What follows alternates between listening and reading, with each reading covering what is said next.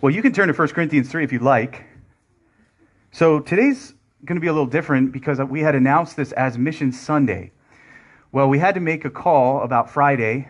We were looking at the forecast for this weekend, and it was basically right on the line as far as whether or not we would have service according to the numbers it projected for the air quality. And we thought, boy, we really don't want to cancel last minute with our missionaries, and as it was on Friday, their offices were closed and it was difficult to get a hold of them, but we did and managed to get a hold of them in time to tell them we're going to postpone Mission Sunday because we also had some cakes to order and things, and we just didn't want to have all of that ready and then have to cancel service. So we will postpone that. We will have it again and hopefully soon.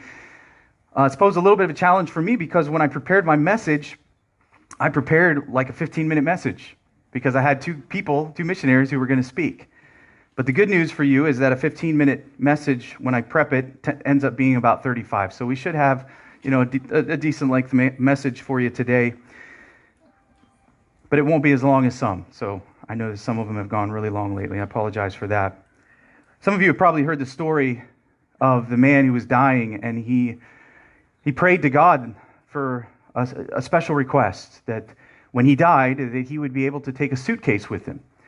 And it's typically not the practice that God would allow someone to take anything with him to heaven, but this man persisted and said, Lord, I've been so faithful to you. Can I just bring a suitcase, just a suitcase? And God said, okay, I'll give you that special permission. So the man took his suitcase and he packed it full of gold bars and he put it by his bed. And shortly thereafter, he passed away, and he was able to take that with him to heaven. And when he got to the gates, Peter was there, and Peter said, well, I'm sorry, you can't bring anything with you into heaven. And the man said, well, I have special permission. And he said, well, I'll have to look and make sure that that's true. And he checked his list, and sure enough, he said, yeah, it does say you can bring a suitcase. So let me see what you've got. I've got to inspect it before you go in. And he opened up the suitcase filled with gold bars, and Peter looked baffled for just a moment, scratched his head, and said, wait, you brought pavement? Some of you are probably not going to get that. And maybe take a few moments. Others probably just didn't think it was funny because you probably heard it before, and it really probably isn't that funny. But isn't it interesting that we are told in this as Christians that we don't get to take anything with us when we die and go to heaven? And that is actually not true. There is something that we take with us to heaven that will be potentially far more valuable than a suitcase filled with gold. And so because the missionaries were coming, I didn't want to do a full-length message in the series. The next point in our series is going to be the second coming of Christ. We left off last week in talking about the tribulation, at the end point of the tribulation, just as Jesus is about to come back and deliver his people Israel. And I just didn't think I'd have time this week to delve into the second coming. So I thought I would do a subject still end times related, and actually relates to that 7 years period of time. You see, while below on earth, God's wrath is being poured out upon this world as recompense for their evil, for their wickedness. During that same 7-year period of time, and remember, we've been raptured, we've departed this world prior to the beginning of the tribulation. But it's during that 7 years, while that wrath is being poured out below, we find an event that is occurring in heaven that is called the judgment seat of Christ. It is a judgment which will determine the gains and the losses that we incur as believers for how we have invested our lives. There's a passage, and you can stay there in 1 Corinthians 3. I'm just going to read this in 2 Corinthians 5:10. It says, "For we must all appear before the judgment seat of Christ, so that each one may be recompensed for his deeds in the body, according to what he has done, whether good or bad." It's important, I think, to distinguish this from another throne judgment that occurs in Revelation chapter 21. It is called the judgment of the great white throne. These are two different judgments. The judgment seat of Christ will pertain only to believers. Only those of us from the church age, period of time, will be standing there before Jesus Christ at the judgment seat, whereas the great white throne judgment will be a judgment strictly upon those who are unbelievers. There will be no believers at the great white throne judgment. One has to do with punishment, condemnation. The other one has no retributive qualities at all. It's strictly about rewards or loss of rewards. So the judgment seat, I'm assuming, will be standing there before Christ upon the throne on which he sits. John describes that in Revelation, and he describes it as a rainbow encircled throne. That's kind of interesting. When you go back to the Old Testament, what does the rainbow signify? Yeah, it's. I heard a few things about promise, the fact that he wouldn't flood the earth again because of his what? Mercy, right? It's the mercy. You look up and you see that bow, and it was a reminder that God wouldn't do that again, that God is a merciful God. So the rainbow speaks of God's mercy, and there he sits upon his throne of mercy, his throne of grace, we would call it. Well, the great white throne judgment is white because there is no rainbow. There is no mercy at that judgment. It is strictly the holiness and justice of a God absent of any mercy, of any grace. The word judgment there for judgment seat is interesting because it's bema. And bema is something that, had you lived in Roman times, you would have known what the bema seat was, because at the Roman games, the Olympians would come before a raised platform which was called the bema, upon which a man would sit who would give them the rewards for winning various contests of those Olympic games. It wasn't a throne of punishment. You didn't go there to get in any way condemned for how you ran your race. If you didn't run well, you just didn't receive a reward. That was what the bema was all about. And you notice in 2 Corinthians 5:10, it says, we all, every one of us, will have to stand before the judgment seat of Christ. It says, and each one will give an account of the things done in his body. So that's individual. We will have an individual evaluation with the Lord Jesus Christ. And 1 Corinthians chapter 3 gives us a little insight into how this is going to look. So 1 Corinthians chapter 3, I'm going to start reading in verse 9.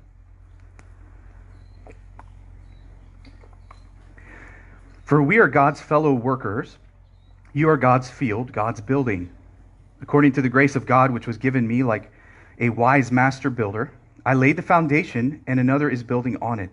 But each man must be careful how he builds on it, for no man can lay a foundation other than the one which is laid, which is Jesus Christ. Now if any man builds on the foundation with gold, silver, precious stones, wood, hay, stubble, each man's work will become evident, for the day will show it, because it is to be revealed with fire, and the fire itself will test the quality of each man's work. If any man's work which he has built on it remains, he will receive a reward. If any man's work is burned up, he will suffer loss, but he himself will be saved, yet so as through fire. Here we see a glimpse at how Jesus is going to assess our lives in that day.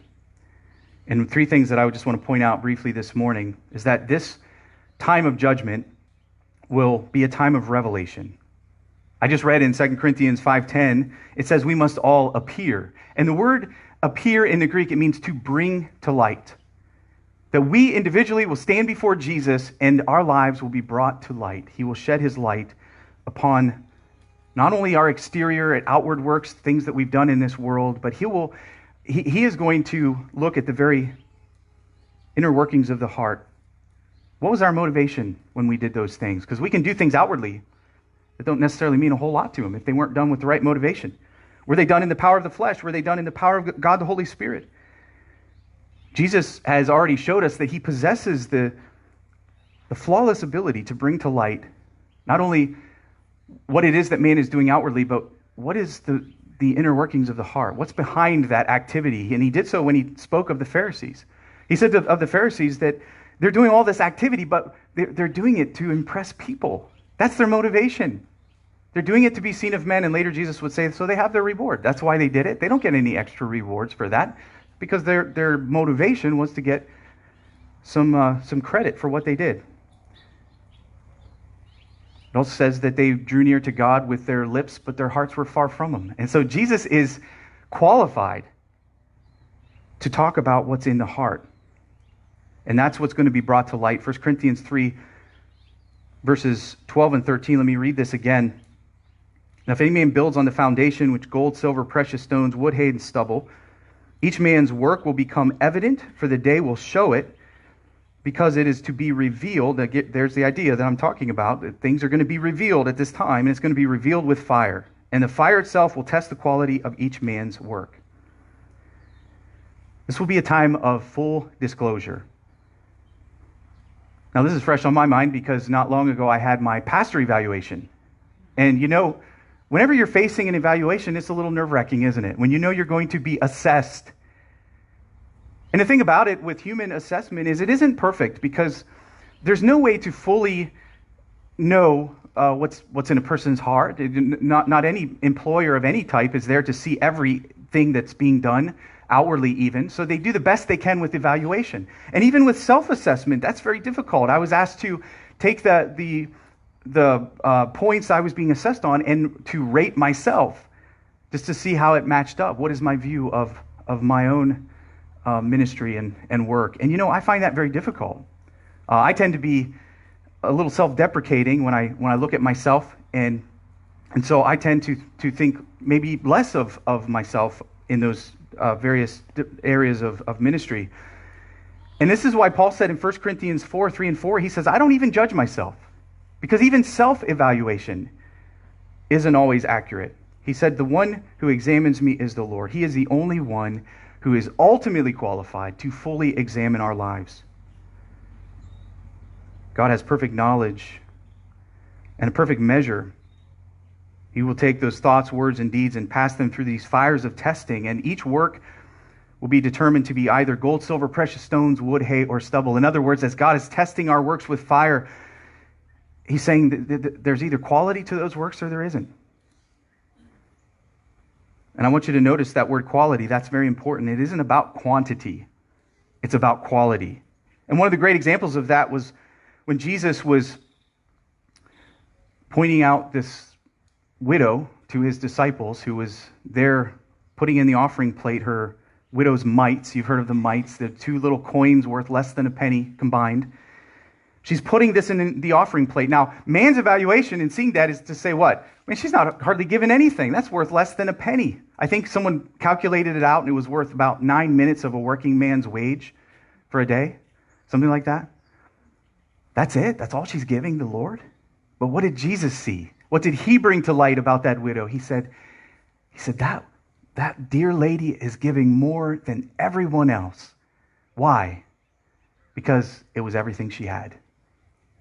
Jesus looked at the quality, not the quantity of how much she was giving. He's saying she gave everything. For a millionaire to match the quality of her investment into the Lord and his work, they would have to divest themselves of all their riches, all their wealth, down to basically the clothes on their back, just to match what this woman had done. And Jesus brought that to light. Man couldn't see that. And many of the things that we don't see today, he will bring to light at that day in the judgment seat.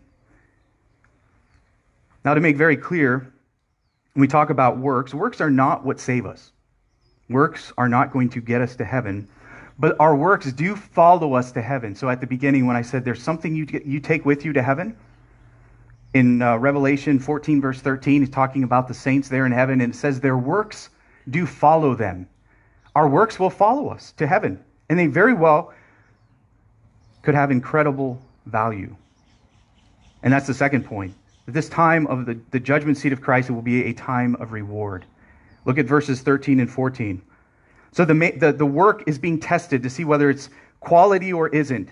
Each man's work will become evident, for the day will show it, because it is revealed with fire. The fire itself will test the quality of each man's work. If any man's work which he has built on it remains, he will receive a reward.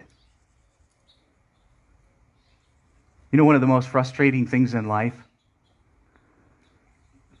and we've all experienced this in our lives, where we've done something we feel is worthy of maybe accolades or some notice, some reward of some kind. Maybe it's at your job. You've gone the extra mile and you think, man, they're going to give me a bonus for this or something. And you think, oh man, I didn't even get recognized for what I did. Well, that will be a day of recognition.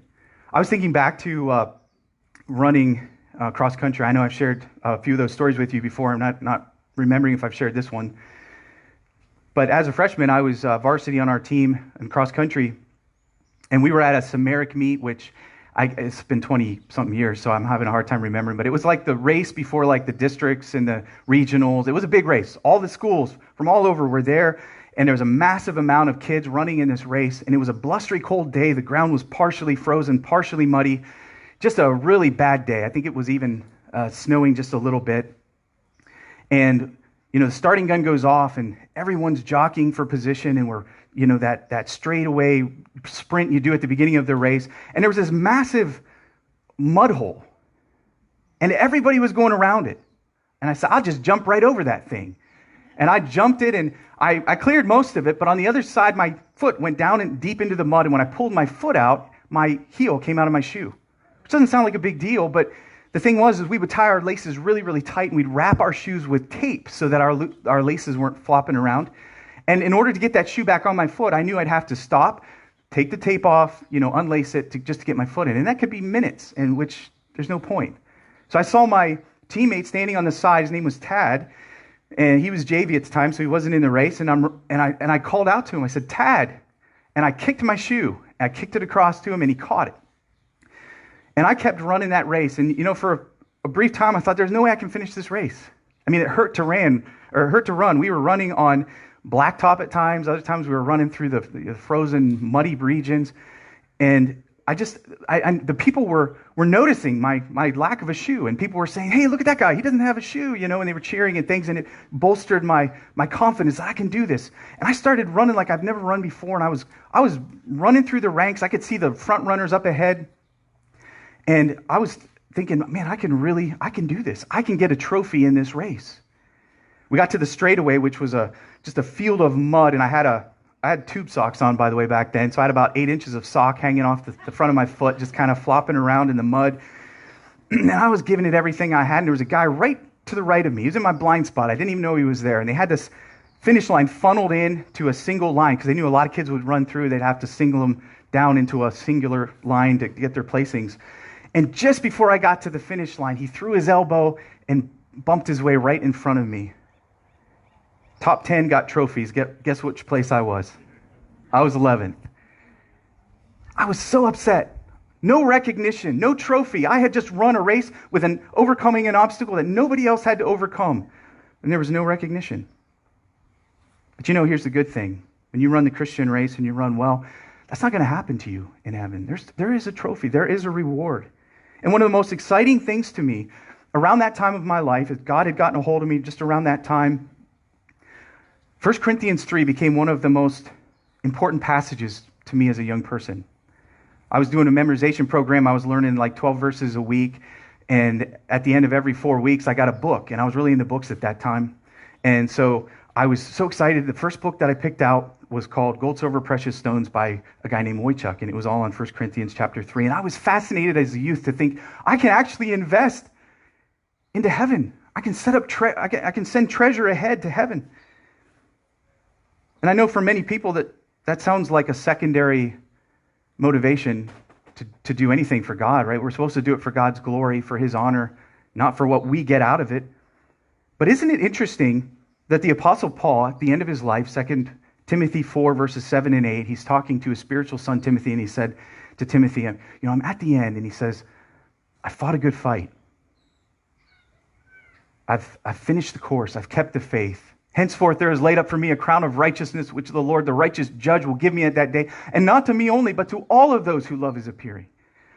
What's he thinking about? Of course he thought about the glory of God, but knowing he had finished well and that there was a reward awaiting him in heaven, it meant a lot to him. And Jesus knows this means a lot to us. He told us to lay up treasures in heaven. If he didn't want us to strive for that treasure to some degree, why would he have told us that? He knows we're incentive-driven. In fact, God has put that in the heart of mankind, that we are incentive-driven people. And our highest incentive is the glory of God, but you realize that the more treasure you lay up in heaven, the more you have to cast at his feet and honor him with. And the thing about it is God wants to reward us. God says a laborer is worthy of his hire, and nobody pays better wages than God. He compensates his laborers. And here's the good news. Like the widow that I just mentioned, all that God asks is that you're a good steward of the time, talent, and treasures that he has given you. Not everybody's given the same amount of time. Not everybody lives as long. They have less time to serve God. Not everybody has the same level of talent, and that's okay. And not everybody has as much treasure, as much resources. And God doesn't hold you accountable for what someone else has. He only holds you accountable for the resources that he's entrusted to you. It's a stewardship. Just let me give you an example from the race I just mentioned. As I was running, my teammate on the side was observing, and at the time of being one of the top 7 in the team, I was one of the representatives of the team, one of the faces of the team. Our position would determine how we advanced as a school. So that was my role in the race. That was my responsibility. And here I've got this guy on the sidelines who's watching, and I kick him this mud-caked shoe, and now he has a stewardship. His job now is to take care of my shoe. He's going to carry it around with him. It wasn't by any means a high calling in his life, but it was, at that moment, his responsibility. And through that race, I kept thinking about my shoe. Where's my shoe? I hope he has it. I hope he's going to bring it to me. And sure enough, Tad was waiting for me at the end of the finish line. Right there, he was waiting with my shoe. He did a great job. You know, he didn't get a trophy for that. There's no trophies for being a shoe holder at a race. But it meant an awful lot to me that he had taken care of my shoe. Christianity has its representatives, guys like Billy Graham and others who, we call them great men and women of the faith, and we call them great because they're greatly known. But you know, God has another way of measuring greatness.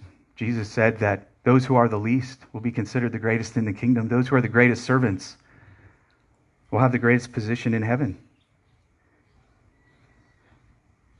My father-in-law always used to tell the story of a woman.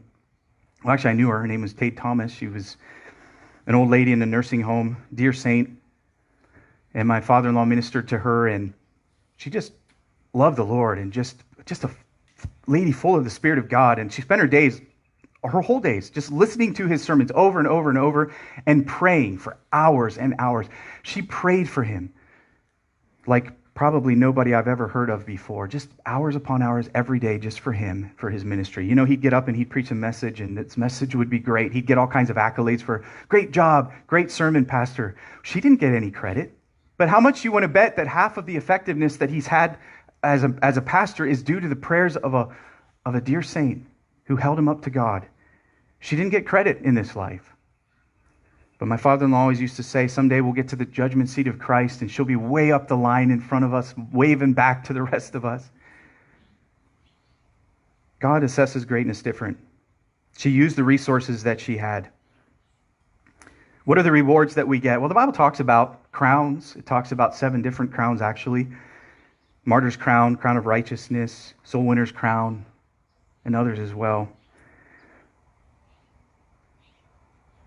I always wondered as a young person about a passage in Revelation chapter 4. It shows the 24 elders representative of the church, I believe. They're casting their crowns at the throne. And as a young individual, and forgive me, Lord, for this, I was very bothered by that, because I thought, well, Lord, I'm striving to get the crown, and then I get to heaven, and I don't even get to keep it. I'm going to throw it to you, and which is great. We would give him glory and honor, but what about my reward? Do you really think that in a place where the streets are made of gold, and for those of you who didn't get the joke at the beginning, the streets are made of gold, pavement. You really think in a place where the streets are made of gold that the treasure you're going to care about in heaven is some physical thing made out of gold? I mean, you get to heaven and God gives you a storehouse filled with gold.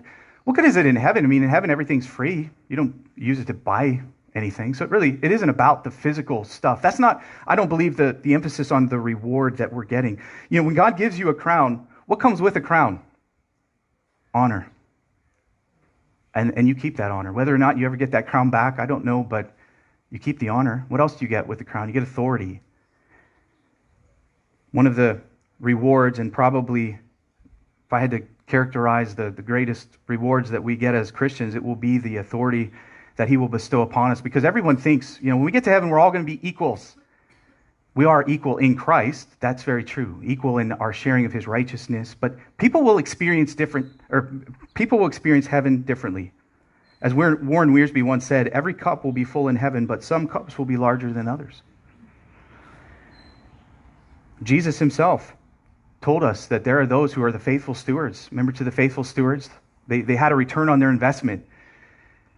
And the master of the one said to him, you've been faithful over a little, I'm going to put you in charge over much. In another place in Luke 19:17, you've been faithful over a little, I'm going to make you a ruler over 10 cities. And in sharing that with us, Jesus is sharing that the reward in heaven for the faithfulness with the stewardship that he's given us of time, talent, and treasures is authority, position. And we'll talk about that when we get to the millennial reign of Christ, is that we will have different positions during that time. There will be, I believe, people who will have positions of authority over cities, maybe larger, however they're broken up at that time, nations, whatever it is. That is the reward, position. So it will be a time of reward, and finally it will be a time of regret. 1 Corinthians 3 in verse 15. If any man's work is burned up, he will suffer loss, but he himself will be saved, yes, so as through fire.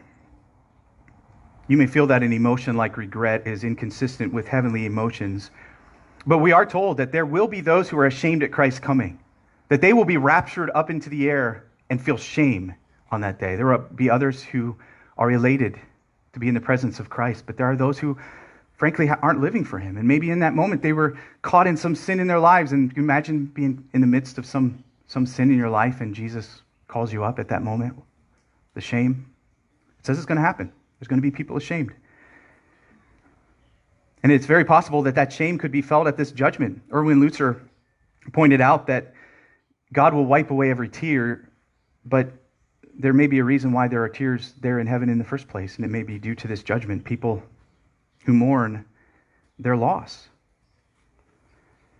I shared with you before when the Lord got a hold of me at the age of 14, how one of the things that he impressed, probably the strongest impression I had, as I saw clearly with the eyes of faith, Christ upon the cross for my sin, that he was giving everything for me. And I was stricken by the sense that he gave everything. And I've given him nothing. I'm not living for him. I'm living for myself. And I felt shame. I felt embarrassed. You know, it's better to get to that moment in this life than to get there and realize, you know what? I never lived my life for God. There are people who are going to come away from this judgment seat of Christ empty-handed. It tells us right here. It gives us this imagery of a person who is saved yet so as through fire. In other words, the works of their life. So you're building on this foundation of Christ and salvation. The works that we build, we've got the various different qualities. Some people are building wood, hay, and stubble. They're building without quality, and it's going to be consumed in the fire. And we're only rewarded for those materials that we've built within this life, gold, silver, precious stones, the things that endure the fire. People are going to experience loss, and this is very relevant right now, you know, with what we're experiencing in our state with the fires.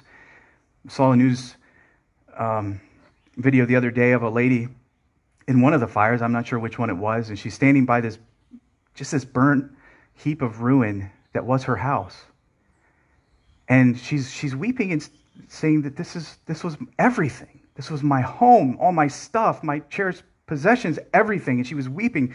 She gestured to her clothes and said, "This is all I have. This is all I have left." And that's gut-wrenching to watch. It really is. And I just heard a story yesterday from the father of Gary's son-in-law, who just experienced something similar in Shaver Lake. Didn't think that his place would catch fire, didn't take it as seriously, evacuated with 2 changes of clothing. And that was it. Didn't take his stuff. Now it's gone.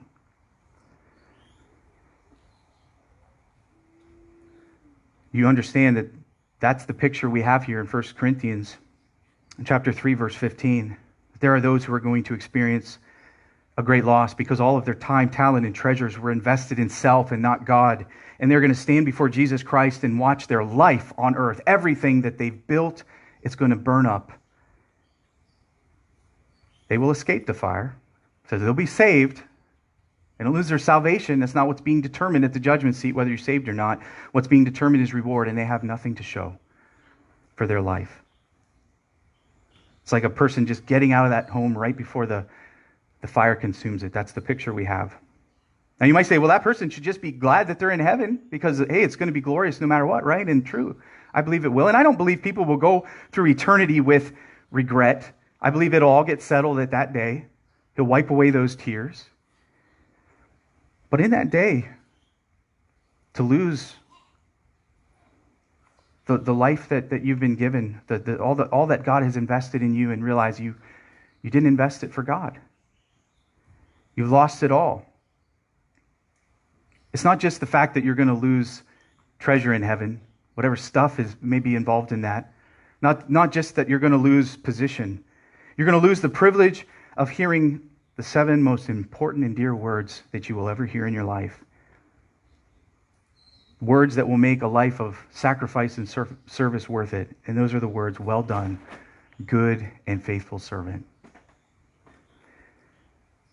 Think of the person in your life you look up to more than anyone else, whose opinion matters to you more than any person, whether it's your parents, whether it's an employer, whoever it is, someone you really look up to. And how important is it when they grace you with a smile of acceptance, where they show approval of something you've done? It's like, good job, great job. It feels good, doesn't it? And it means a lot.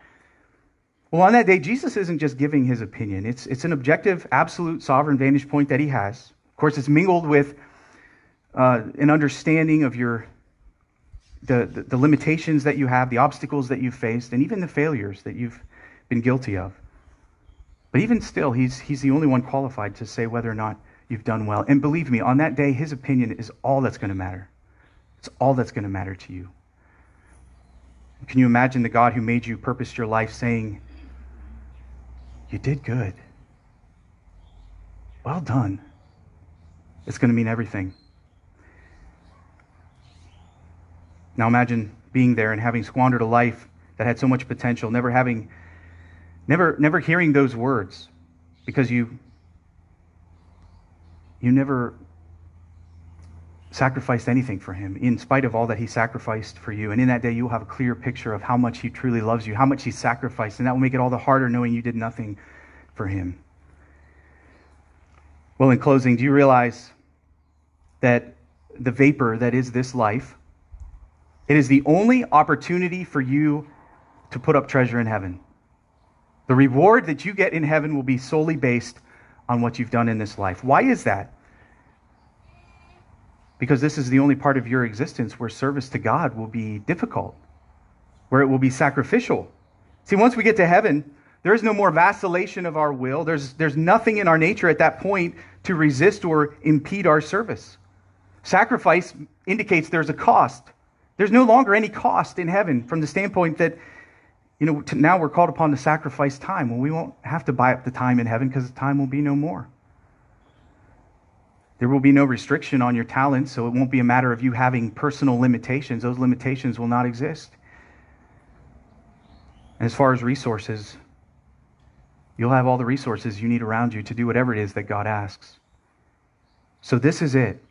This is our one shot to impact our eternity, to determine our reward, the position that we will hold in heaven as God's people. There will be no promotion and there will be no demotion once we get there. In other words, you're not going to, when you get to heaven, the position you occupy in the kingdom of God, whatever it is, and I'm sure it's privileged no matter what it is, but there are greater positions than others. Whatever that position is the position you have. And that lasts in eternity. So let me ask you the question. You have a financial plan, I'm assuming. What's your one-year financial plan? As you're making investments, what are the returns you're looking for? Maybe 5%, 7%, whatever it is. You've got something in your mind that you're shooting for as a return on your investment. Maybe you have a 5-year plan. You want to pay off all your debts or pay off your mortgage. And if you're over the age of 20, then you've more than likely got a retirement plan. You're investing to secure a comfortable future once your work is done. But can I ask you a question today? It's a weird question. What is your billion-year plan? What is your trillion-year plan? You get it? What is your eternal plan? How are you investing for eternity? What is the return that you're looking to get off how you're investing your life for God presently? There's a movie called Gladiator where Russell Crowe plays the part of Roman General Maximus, and they're about to go into battle. He's rallying his troops, and he says something. And of course, in the depiction, it's they're pagans and all of that. I get that, but he said something that does apply to us as Christians if we take it in the Christian context. He was rallying his troops, and he said, "Brothers, what we do echoes in eternity. What we do in life echoes in eternity." And I leave you with that today. What we do in life will echo for eternity.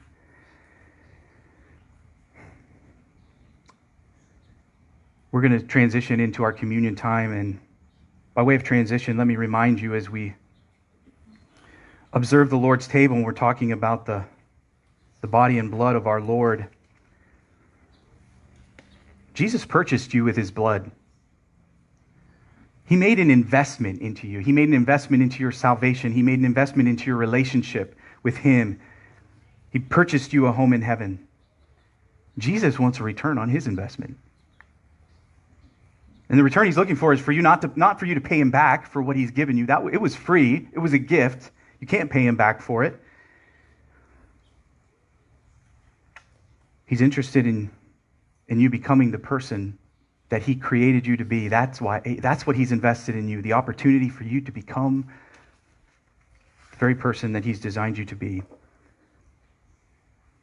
And he wants you to freely give your life to him just as he freely gave his life for us.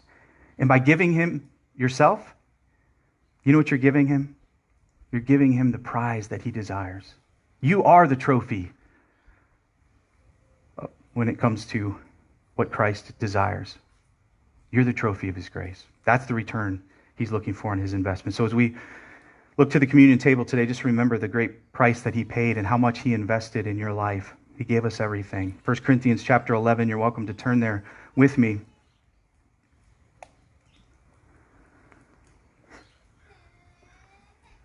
In verse 25, it says, "In the same way, he took the cup also after supper, saying, 'This cup is the new covenant in my blood. Do this as often as you drink it in remembrance of me. For as often as you eat this bread and drink the cup, you proclaim the Lord's death until he comes. Therefore, whoever eats the bread and drinks the cup of the Lord in an unworthy manner shall be guilty of the body and blood of the Lord. But let a man examine himself, and in so doing he is to eat of the bread and drink of the cup. For he who eats and drinks judgment to himself, and he does not discern or judge the body rightly.'" Just a way of my way of instruction for this. If you're visiting with us today, you're not sure whether we observe closed communion or open communion. It's essentially open to the family of God. So as long as you are a child of God, you're free to partake in this communion service. It's a family celebration, a family time of remembrance for what Jesus has done for us, and that's all it is. It's a time of remembrance. These substances are not in any way meritorious. They do not earn us our way to heaven. It's just a way to remember what Jesus has done for us.